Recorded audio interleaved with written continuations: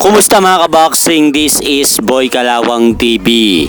So kahapon nga po mga idol sa naganap na laban ng dalawa nating pambatong Pinoy na boksingero na sina Ronnie Rick Ballesteros at Roger Ocum na ginanap sa lugar ng Pangasinan sa Arena Civic Center Malasiki.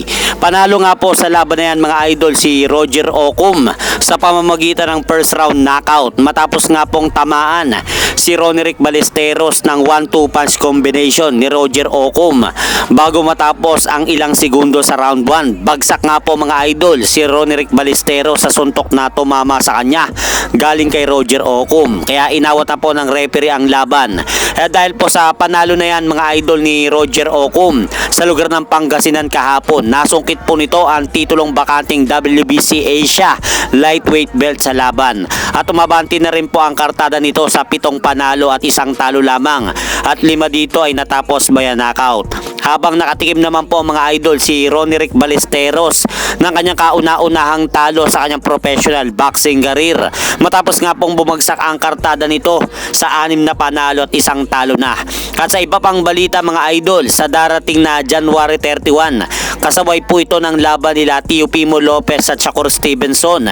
Dedepensahan po mga idol ni Sander Sayas ang kanyang WBO World Super Welterweight belt laban sa kanyang kapwa rin pong kampyon sa kanyang division na si WBA World Super Welterweight Champion Abbas Barao sa kanilang bansa sa Puerto Rico. Kaya ito nga pong magaganap na laban na ito mga idol ay magsisilbing unification fight ng dalawang titulo sa 154 pounds. Kaya kung sino po kila Sander Sayas at Abbas Barao mga idol ang magwawagi sa laban nila ay tatanghaling Unified World Super Welterweight Champion. At sa kabilang banda naman, speaking magdedepensa ng titulo mga idol, dedepensahan rin po ni IBF World Super Welterweight Champion Bakram Murtasaliev ang kanyang hawak na titulo ngayon rin pong darating na January 31.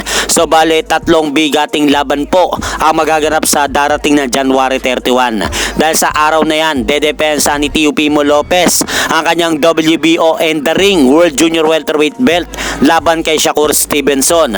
At sa araw na rin yan, magaganap din po ang unification fight nila Sander Sayas at Abbas Barao para sa WBO at WBA World Super Welterweight belt. At sa darating din po na January 31 mga idol, dedepensa naman ni IBF World Super Welterweight Champion Bakram Murtasaliev ang kanyang hawak na titulo dito kay Josh Kelly.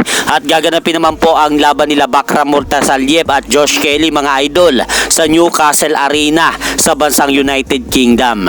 At sa iba pang balita mga idol, ayon nga po dito sa report, nakatakdang magdepensa ng mga hawak na titulo itong si Unified World Light Heavyweight Champion Dimitri Bivol sa susunod na buwan sa February kontra sa kanyang mandatory challenger na si Michael Eifert. At i-aanunsyo na lang po mga idol kung kailan ang eksaktong petsa at kung saan lugar gaganapin ang kanilang laban. At hanggang dito na lang po muna ang aking update sa mga ganapan sa mundo ng boxing. At syempre mga idol, huwag nyo rin pong kalimutan, pakisuportahan nyo naman po muna ang ating munting channel. Maraming salamat po.